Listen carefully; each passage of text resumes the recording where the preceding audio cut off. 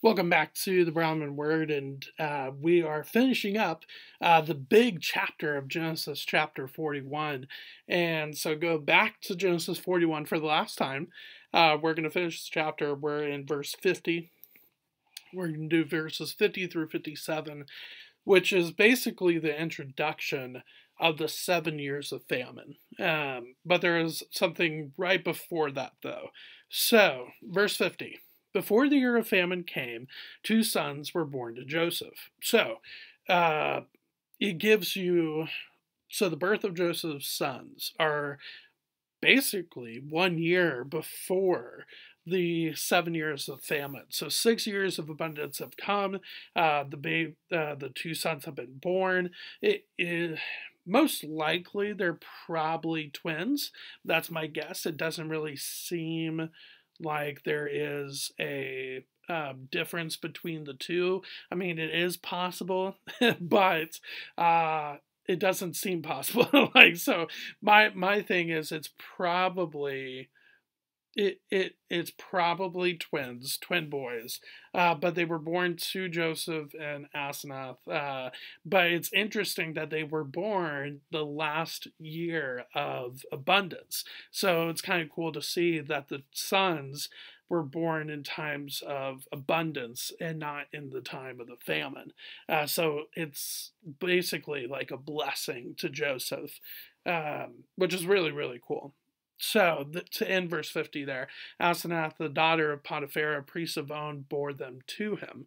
And I think why you repeat the what she did, the being connected to this priest of On, her father Potiphar, I think that is really the point of that is to show just how far Joseph has come. And again, it makes you wonder too if she converted to Judaism, or at least to following after Yahweh. So it makes you wonder. That's going to be one of the main questions I'll have in heaven, along with others, of course. Verse 51. Joseph called the name of the firstborn Manasseh, for he said, God has made me forget all my hardship and all my father's house. The name of the second he called Ephraim, for God has made me fruitful in the land of my affliction. So basically, he names his boys after his life story, which is really, really cool to see. And it's not that he's digging at people. He's just saying, look, God has gotten me through all of this. And I think it's really important to see that. It's not, I have made me forget all my hardship and all my father's house. I have made me fruitful in the land of my affliction. No, he is giving credit to the Lord. So it's not out of spite that he's doing this, or out of mockery for his household that he's naming his boys the names that he gave them. It's after gratefulness and just thanks to the Lord. But now we get to the years of famine, and we'll see how Joseph reacts. Verse 53. The 7 years of plenty that occurred in the land of Egypt came to an end, and the 7 years of famine began to come, as Joseph had said. There was famine in all lands, but in all the land of Egypt there was bread. So first off, I think it's important to point out that the dream and its interpretation do come true. I mean, you get to the point with Joseph that you think, of course, it comes true, but I want to make sure we don't lose the wonder of the fact that these dreams and their interpretations actually happened. They came true. The abundance lasted for 7 years, and the famine starts right away after the end of the 7 years of abundance and will last 7 years. And so it's really important to see that not only does Joseph wow Pharaoh with the interpretation and make him trust him, and in so doing, trust in the Lord in the meantime, right? But it's not just that. It's the fact that these things actually came to pass. And I think that's really, really important to see in the life of Joseph. It's not just somebody picking up things out of thin air and saying, "Here's what's going to happen." No, it actually happens. And importantly, thankfully, Pharaoh puts his trust in Joseph and indirectly in the Lord, and because of that, is rewarded by it. There was famine in all lands, but in all the land of Egypt there was bread. And I think it's important to see that this famine is not a regional famine. We're going to see this at the end of verse 57 as well. It is a vast famine. It is a huge problem. And yet, God goes forward and picks one country to provide for so many others because there was bread in the land of Egypt. So yeah, that's really, really interesting to see. And I think that should be encouraging for us as believers, that we believe in a God that goes forward before us and provides for us.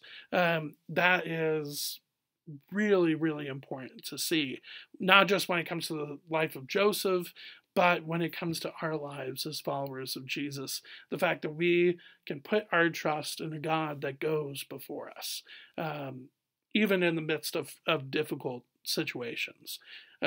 Really, really cool to see. Verse 55, when all the land of Egypt was famished, the people cried to Pharaoh for bread.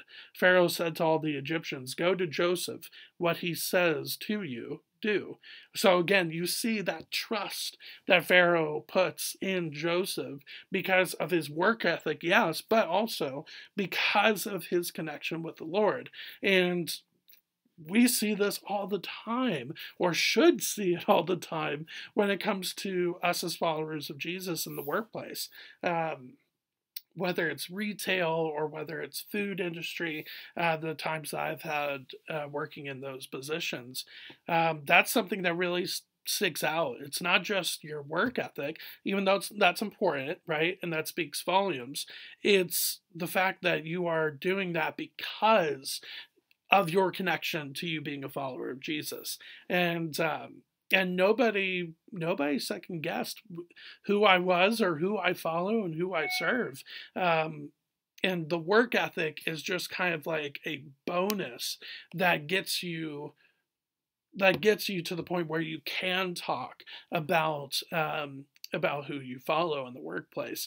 So really, really interesting stuff there to see the trust that Pharaoh has in Joseph, which is kind of ironic because this guy was in prison for 2 years, and you would think that would be the last person that he would trust, but yeah, he does, and that's just the magnificence of the Lord, isn't it?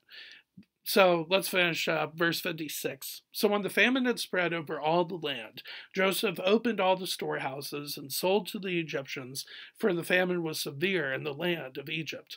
Moreover, all the earth came to Egypt to Joseph to buy grain, because the famine was severe over all the earth. So it's not just the preparation time is not just to help Egypt and the Egyptians, but it's to help all the earth. I mean, so who knows how many countries came to Egypt for food, and everything that Joseph did and all the preparation that was done not only helps Egypt get through these 7 years of famine, but countless other countries and people as well. And so that is just a huge statement to this magnificent story, because obviously we see them helping the Egyptians and Joseph's family, but it's important to see that it's also other countries and that are helped as well. I think that seems to be lost in this account, which is really quite remarkable. So with that, we are finally done with Genesis chapter 41, so next week we are going to see the brothers of Joseph finally come to Egypt. So I will see you then. Thanks.